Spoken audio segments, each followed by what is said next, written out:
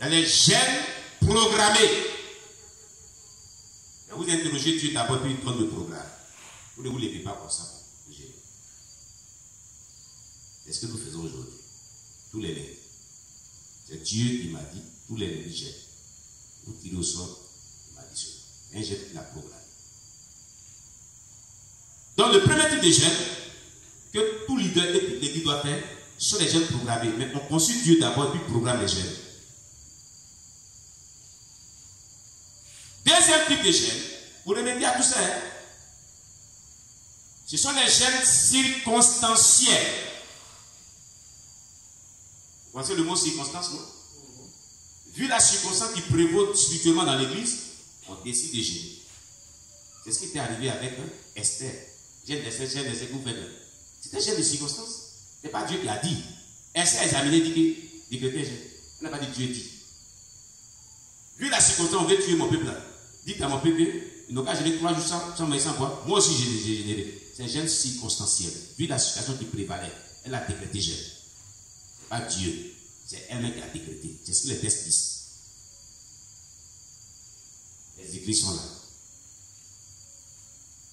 Donc il y a les gènes circonstanciels. Quand on voit que votre spirituel n'est pas ça, l'église n'est pas ça, décrétez des gènes circonstanciels. Amen. Amen. Oui. Et il y a les gènes imposés à l'esprit lui-même. Dieu impose ce gène. Dieu lui-même l'impose.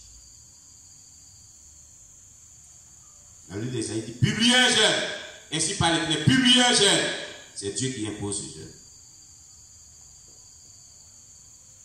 Vous comprenez? Donc il y a 3 types de gènes. Gène programmé, gène circonstanciel, gène imposé par Dieu. Les textes bibliques sont là.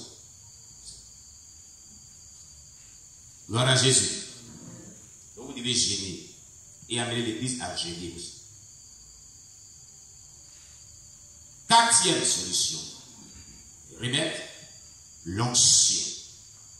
Ayez soif de l'onction. Veillez à exercer continuellement vos dons spirituels. Celui qui a soif de l'onction gêne beaucoup, prie beaucoup pour le charisme et les dons spirituels que Dieu lui a donnés. Pour les rendre efficaces. Qu'est-ce qu'il dit dans la prière? Seigneur, les dons que tu m'as donnés, ta parole dit que c'est pour l'utilité commune. Mais je ne les vois pas en train d'être utilisés communément pour l'utilité commune. Elles sont mortes. Ils sont comme morts. Renouvelle-les, rends-les actifs, rends-les puissants. Réussir mon ministère. Voilà ce que vous dites dans vos prières pour l'ancien. La Bible dit, à l'un est donné tel don pour l'utilité commune, à l'autre pour l'utilité commune, à l'autre pour l'utilité. Dans 1 Corinthiens 12, c'est ce qui est dit. Amen. Vous rappelez cela à Dieu. Que le don spirituel que tu m'as donné, les dons spirituels ou les dons ministériels, tu m'as donné, tu as dit c'est pour l'utilité commune. Mais je ne vois pas son utilité. Ce n'est pas actif, c'est mort. Renouvelle ces dons spirituels, rends-les actifs et utilise-les puissamment pour l'utilité commune. Au nom de Jésus, comme tu l'as dit dans la Bible. Envoie l'onction nécessaire pour cela. Demandez cela à Dieu dans la prière. La demande des gens de prière et de puissance. Vous avez soif de cela. Vous verrez le charisme et l'onction se manifester avec. À nouveau, mais d'une manière très puissante. Et la mort spirituelle vous quittera. La maladie spirituelle quittera le leader. 5e solution. Le ressourcement. Ressourcez-vous continuellement. Pas un peu, mais de manière continuelle. Il est très utile de s'enrichir à travers des œuvres littéraires, vidéos et audio chrétiennes. Participer à des conférences et à des séminaires appropriés, comme ce qu'on est en train de faire. Vous aider à vous ressourcer. Amen. Voilà. 6e, l'action. Établissez un plan d'action étape à étape, priorité après priorité, et exécutez-le fidèlement. En toute chose, comptez sur la fidélité du Seigneur, car Dieu contrôle toutes choses. Progressez non pas en comptant sur vos forces, mais en comptant sur lui. Amen. Amen. Donc, établissez un plan avec le Saint-Esprit, consultez-le, et élaborer un plan, il vous mettra à cœur. Parce qu'avant d'élaborer ce plan, examinez bien ce qu'on appelle l'examen de votre assemblée chrétienne. Vous partez avec ça devant Dieu, dans un mois de jeûne et prière. Ce qu'on appelle, vous devez partir avec ça devant Dieu dans un mois de jeûne et prière. Et dire à Dieu, voilà la maladie de l'Église. Voilà notre maladie, on souffre. Vu tout ce que tu viens de dire, qu'est-ce que nous devons faire? Il va vous inspirer. Parce que je dis, comme on vient de le dire, à chaque église, il y a des problèmes spirituels en une réalité particulière. Donc, ce n'est pas la même chose. Donc, c'est dans le secret, en interrogeant Dieu, que Dieu va vous montrer ce qu'il vous fait. Vous allez élaborer ce plan-là avec le Saint-Esprit. Amen. Alléluia. Voilà. Et septième, pour remédier à la maladie du leader, l'épanouissement. Partagez des moments de détox avec votre famille, vos amis. Veillez sur votre santé et votre aspect extérieur. Amen. Ça va libérer un peu le stress. Amen. Le stress. Voilà. Vous pouvez faire des temps de détente. Par exemple, voyager, vous ressourcer. Voilà. On dit une grande conférence qui n'est pas dans une ville, qui est vraiment bien, le thème est bien. Voilà. Vous pouvez vous faire un camp de retraite. Un camp de retraite comme ici. Par exemple, il y avait une maman là qui avait organisé un camp de retraite une année. Et on était allé au lycée pour louer les salles, tout. Ça libère un peu. On change un peu de point. Amen. Voilà. Ça fait du bien. Alléluia. Ça fait du bien. Vous dites chaque personne. Bon, avec une personne, on a le centre Emmaüs. On les demande qui ont construit les choses. Nous, les évangiles, on a l'argent, on ne construit pas. On a notre plan, on est en train de construire progressivement. Sur étage. Le plan de notre église. On peut dire que Dieu donne les moyens. Amen. Le rez-de-chaussée, c'est l'église. Premier étage sont les appartements pour les retraites. Femmes. Deuxième étage pour hommes. Quatrième et troisième, appartement pastoral. Dans les cours là, on met les appartements et pas de dimanche, des bureaux et tout. Voilà le plan. On est en train de réaliser ça progressivement.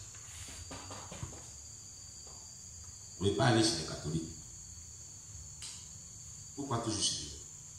D'abord, avant de connaître toutes les antennes, les ossements des gens, ils envoûtent le point. Chaque jour, je vous salue Marie de l'Or. Et la reine du ciel vient là avec ses démons, toujours. Et c'est là-bas on s'en va. On loue les points, toujours. Nous qui avons bouche, on parle beaucoup d'ailleurs, on loue les points. Comment vont-nous les aider? On fait des parler sur eux, on s'en fait la courbette devant eux. Hein? C'est pas qu'on n'a pas les moyens pour le réaliser. On peut bien réaliser ce genre de projet. On ne sait pas s'y prendre, c'est tout. Alléluia. On ne sait pas s'y prendre, c'est tout. On peut bien réaliser cela. On ne sait pas s'y prendre. Et Dieu nous en garde. Alléluia. Amen. Le nom de Dieu soit béni.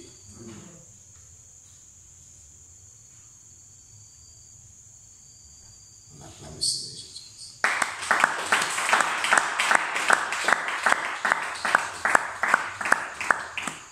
Alors, quand on finit de traiter, les remèdes pour le leader malade. Amen. On va traiter maintenant les remèdes pour les autres. L'assemblée chrétienne.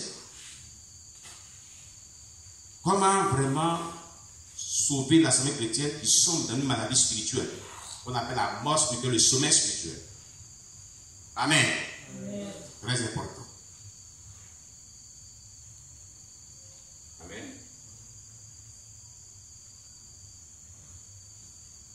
Traiter le découragement des autres.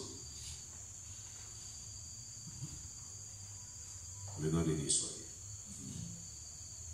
D'abord, nous avons vu que le leader doit faire attention au découragement et être fortement motivé envers les objectifs de l'œuvre de Dieu. Il doit garder sous l'esprit. il doit veiller sur ce qui examiner si on atteint les objectifs. Est-ce qu'on atteint les objectifs? Est-ce que tout le monde est impliqué à atteindre les objectifs? Voilà ce qu'il doit faire. Il garde l'objectif, c'est de la vision. Les objectifs ont été assignés pour court terme, long terme. Il peut dire par exemple, dans 6 mois, il faut qu'on atteigne au moins 500 membres dans l'évangélisation. Pendant les 6 mois, on accentue toutes nos actions sur l'évangélisation. Voilà les objectifs. Au moins à moyen terme. 6 mois, n'est-ce pas? Il mobilise l'église, on parle de cela. On donne un enseignement propice. L'église est engagée dedans.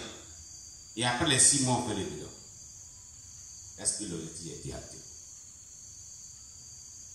Et chaque fois qu'il y a un programme d'évangélisation, les sorties, les porte-à-porte, on a un registre, un cahier où on pointe les absents, on pointe les présents. C'est comme ça. Au fur et à mesure qu'on évolue, les jours qui sont ciblés pour l'évangélisation, quand on ne voit pas les gens qui viennent, on les fait asseoir. Ceux qui sont toujours là, on les fait asseoir. Ceux qui sont toujours là, qui participent là, on les met sur un côté.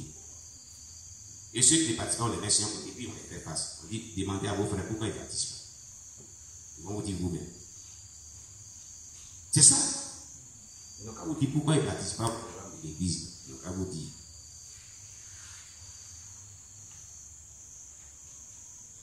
Quand ils vont voir qu'on les met en face de la réalité 1 fois, 2 fois, ils vont s'engager. C'est ça. Alléluia. Oui, oui. Il faut les motiver. Il faut les motiver. Que Dieu soit béni.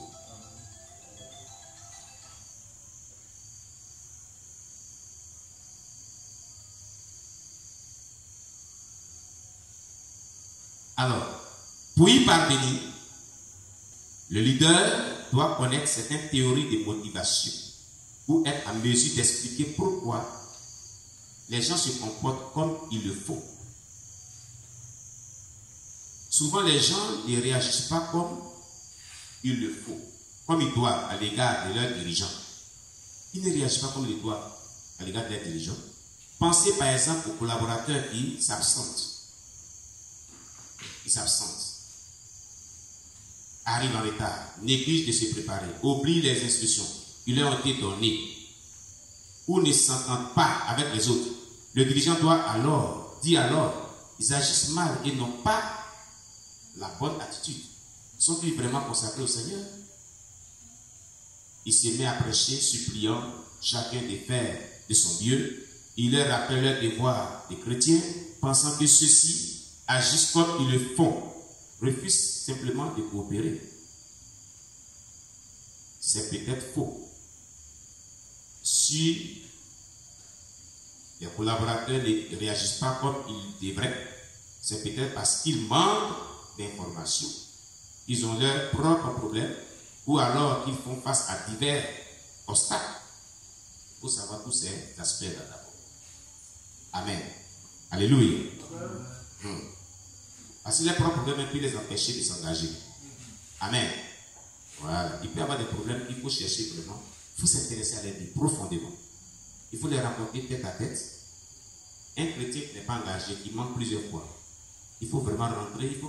Il faut créer des conditions qui ouvrent son cœur pour te dire quel est son problème réel qui l'empêche à s'engager. Le pasteur doit être confident.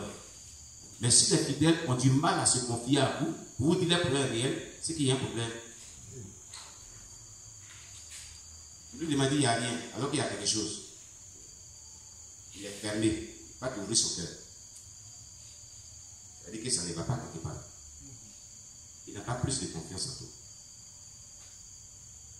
C'est ça. Le pasteur, le leader doit tout faire pour créer la confiance absolue entre lui et tous les fidèles. Afin que les fidèles ne mettent pas obstacle à s'ouvrir et dire réellement les réels problèmes. Le plus souvent, ceux qui ne s'engagent pas, ils ne s'engagent pas parce qu'ils ont des problèmes très sérieux. Il faut faire tout pour discerner le problème et trouver les remèdes à cela. Ça va le relaxer et sera engagé à votre côté. Alléluia. Amen. Le nom de Dieu soit béni. Alors, Il leur rappelle leurs devoirs chrétiens, pensant que ceux-ci agissent comme on vient de le dire,